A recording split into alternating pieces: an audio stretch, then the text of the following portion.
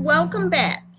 I'm Emily at Emily's podcast, Tribute to All Little Angels, Part 15, Episode 4 of the Timeline.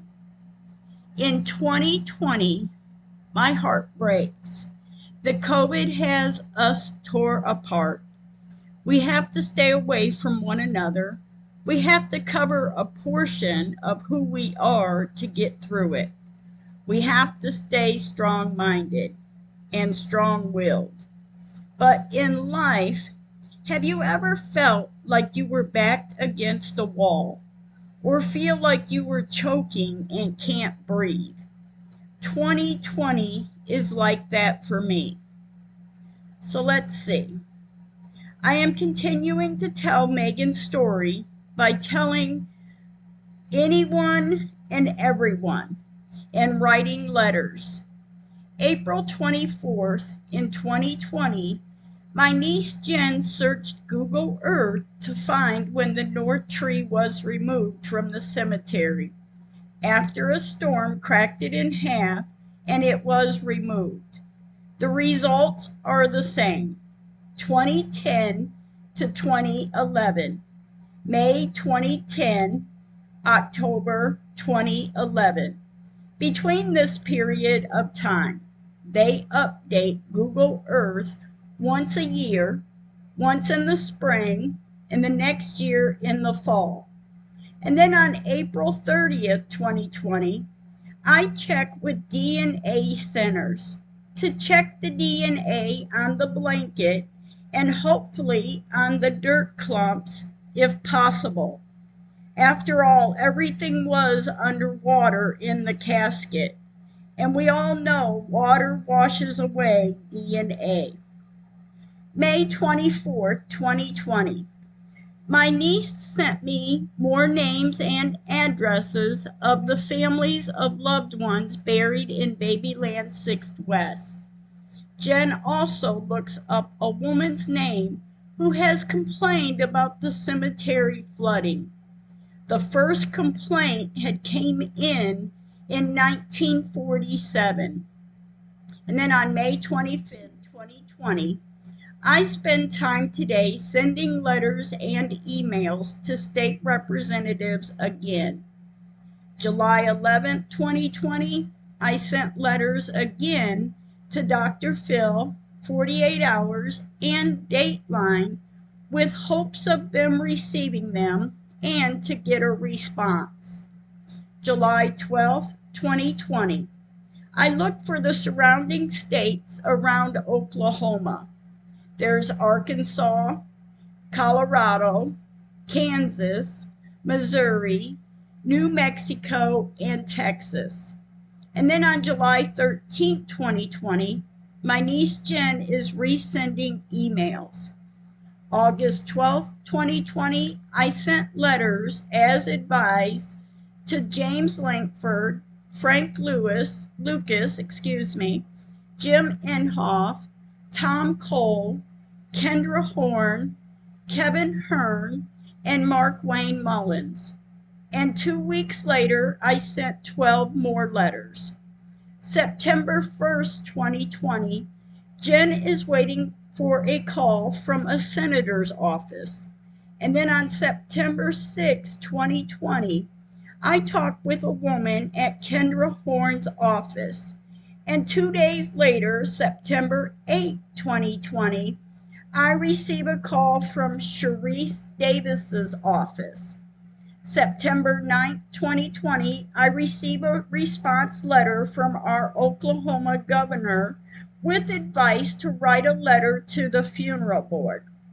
September 11, 2020, I send letters to President Trump and our vice president and their wives in hopes they receive the letters and respond. Then on September 12, 2020, I mailed a letter to the Oklahoma Funeral Board as I were advised. September 19, 2020, I received a response letter from the United States Ted Cruz's office. and I appreciate the response and the respect. I realize it too. They thank me for bringing it to their attention, and they would also like to be of assistance, but it's out of their jurisdiction. And I did realize that now. It's not the U.S. problem, it's the state.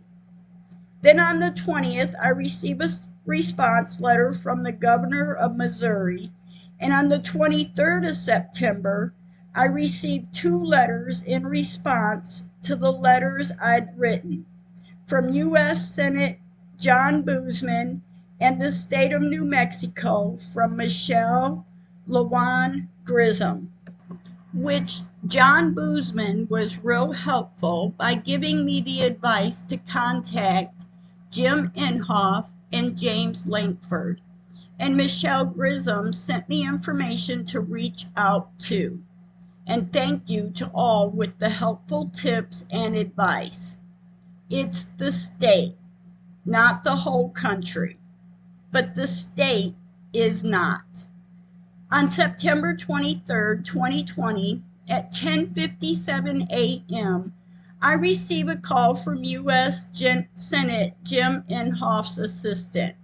She left a message. I listened at 11:44 a.m. and I called her back. She asked a few questions and I answered. She says it's not federal, it is state, and there's not much they can do. I asked her, can you point me in the direction of what I can do? She advised me to contact the Attorney General's office. She offers the telephone number and the email address. I write a letter to our state Attorney General. September 26, 2020. At this time, I can see a pattern of these people. I have expressed Megan's story too. They all give me helpful advice, and not any of them, not one person of any of them have said, ma'am, I don't believe you have anything. They so respectfully send me in another direction, and I'm so grateful for all of it.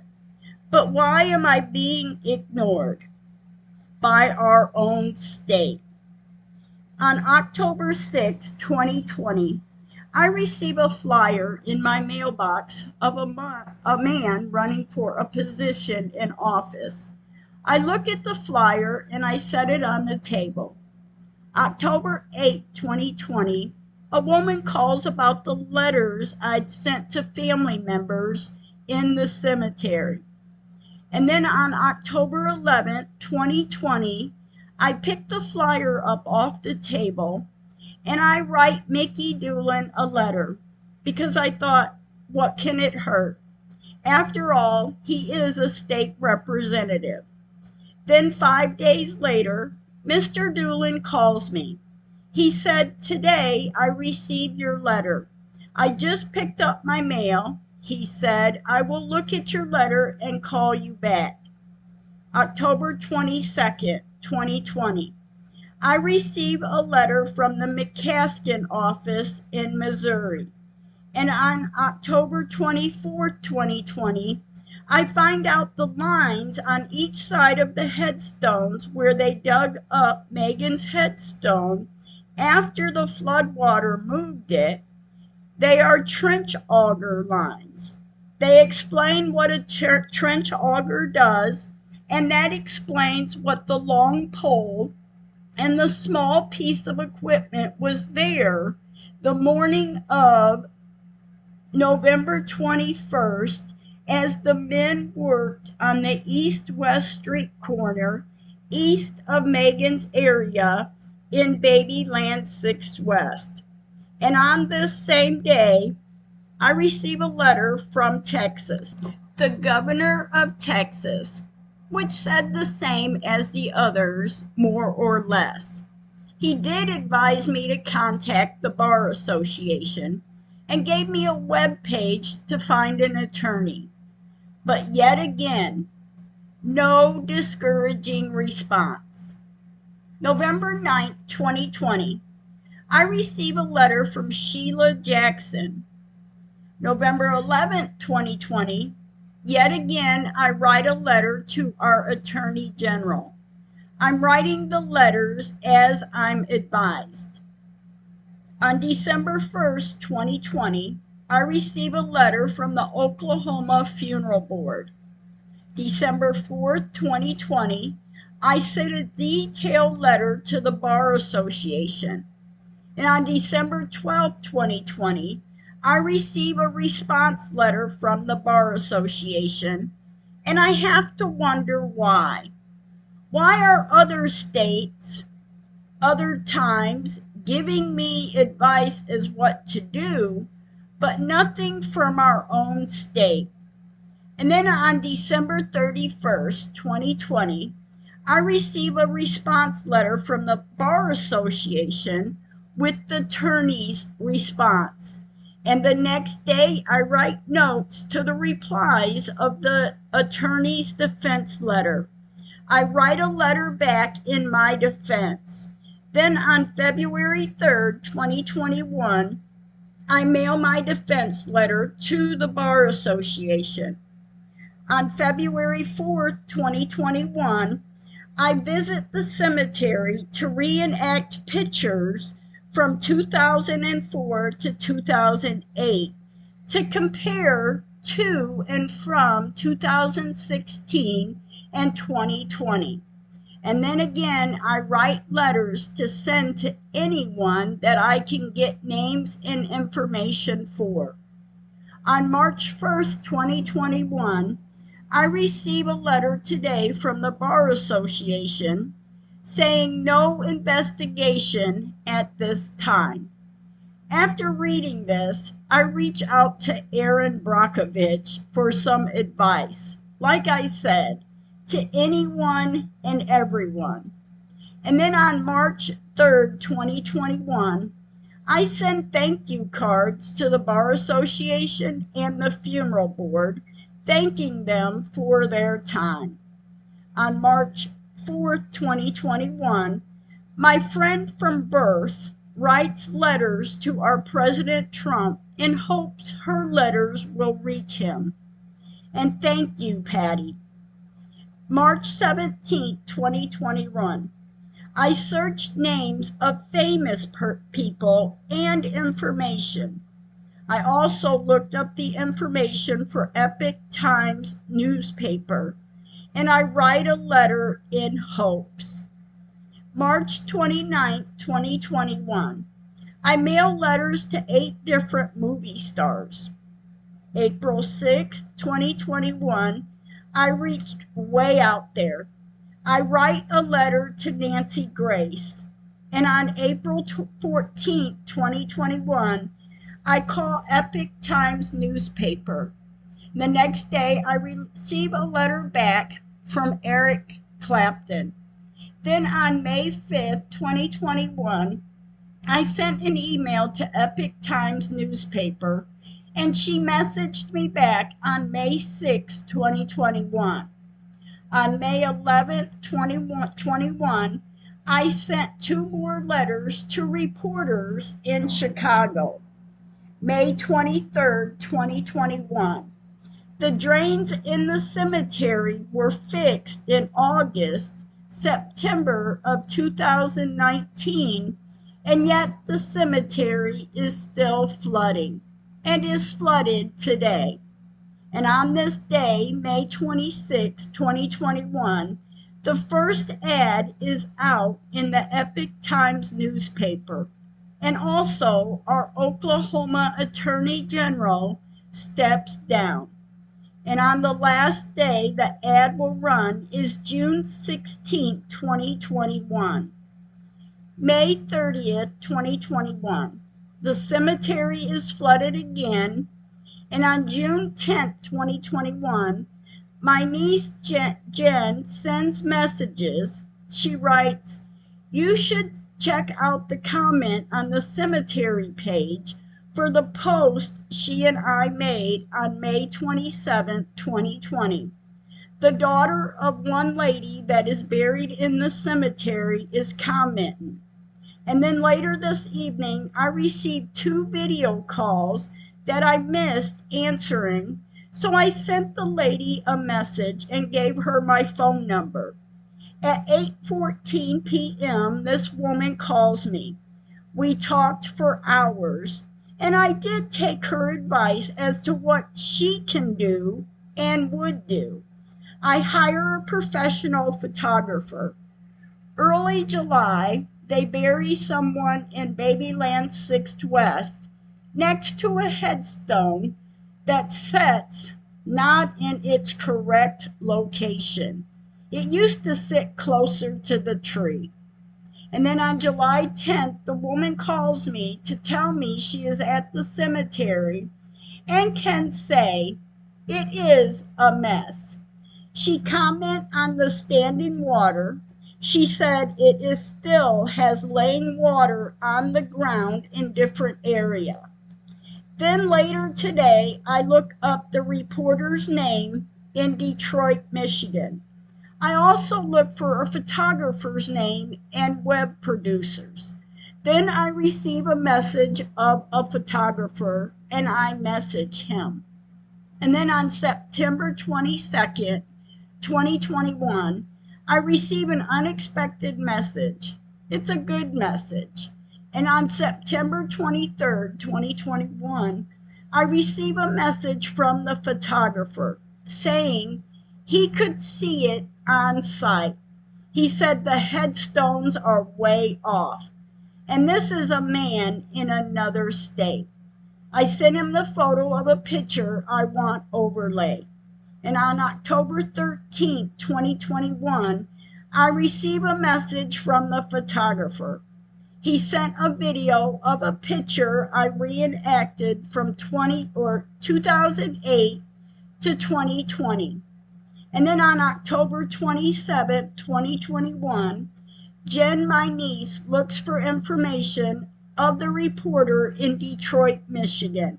She sent me his address, phone number, and an email address on November 5th, 2021, and on the next day, November 6th, 2021, I'm planning a trip to Michigan in hopes to meet and to talk with this reporter. And it may not happen because of the COVID. But on November 11th, 2021, my great niece Carla and I drive to Michigan.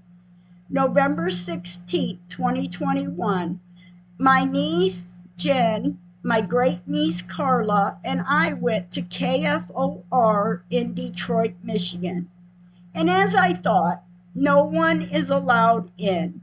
I left a message with the receptionist. And the next day, November 17th, 2021, I write a brief letter to this reporter and I sent the overlay picture. I sent it email. Later, the reporter responds back. He asked for more information and I answered his questions. He is to contact a sister station in Oklahoma and sent me home.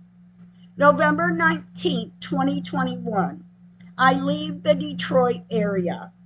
November 21st, 2021, Sunday evening, I arrive home safely and I take a chance at sending a message to the reporter. I find out in the end, it's the mileage distance. Not anyone 1,000 miles or more away can help me. November 28, 2021. I take a chance and email the reporter again. And now we are going into 2022. On January 11, 2022, I looked for information of news stations around the state of Oklahoma, less than 1,000 miles away. January 16, 2022, my sister-in-law rents a rental car and leaves a package of my information in the back seat when she returned it. Summer, a worker finds it. January 18, 2022. I sent a short version of the story to the reporter. March 2nd, 2022. I write a short version to send through emails. March 7th, 2022. My sister-in-law gives Summer, the girl who found the package in the rental car, my phone number and information. March 22nd, 2022. Summer messages. March 23rd, 2022. I message Summer back. Excuse me. This morning, Summer asked me questions and I answered. She then sends me a form to fill out, and I did. Then I slipped it in a gold envelope with a brief story of this case. March 31st, 2022. I receive a letter from the Oklahoma Office of Attorney General. April 7th, 2022. The City of Moore calls. I missed the call. The call was at 3:06 p.m. At 3:23 p.m., I listened to the voicemail, and on April 8, 2022, I called Vanessa back at the city. No one answers. She didn't call back. April 11, 2022. I receive a letter from the Attorney General from the City of Moore claiming they did not know me, and I have no relative interest in the cemetery. Did they check my married name? April 15, 2022. I receive a letter from the Office of the Attorney General. April 22nd, 2022. I write a letter to the Office of the Attorney General. April 25th, 2022, I mail the packet of information of Megan's story to the Attorney General's office, certified mail, to be signed for. And then on May 5th, 2022, the cemetery is flooded. May 10th, 2022, my daughter looks up the information of the tracking number for the case file that was sent to the Attorney General's office. It's been delivered and signed for on April 26, 2022, a Tuesday at 10 o'clock a.m. May 26, 2022. It's been 1 month the Attorney General has had the file. May 27, 2022. I receive a letter from the Attorney General's office stating they did not receive the case file. I have the receipt of where I sent it, the email receipt of when someone picked it up on April 26, 2022 at 10 o'clock a.m., signed by D. White. On May 30th, 2022, my niece calls the Attorney General. A lady answered and switched her to another line. She is able to leave a message with my phone number. No one calls back today. Stay tuned. Thank you for listening. Stay kind with your words.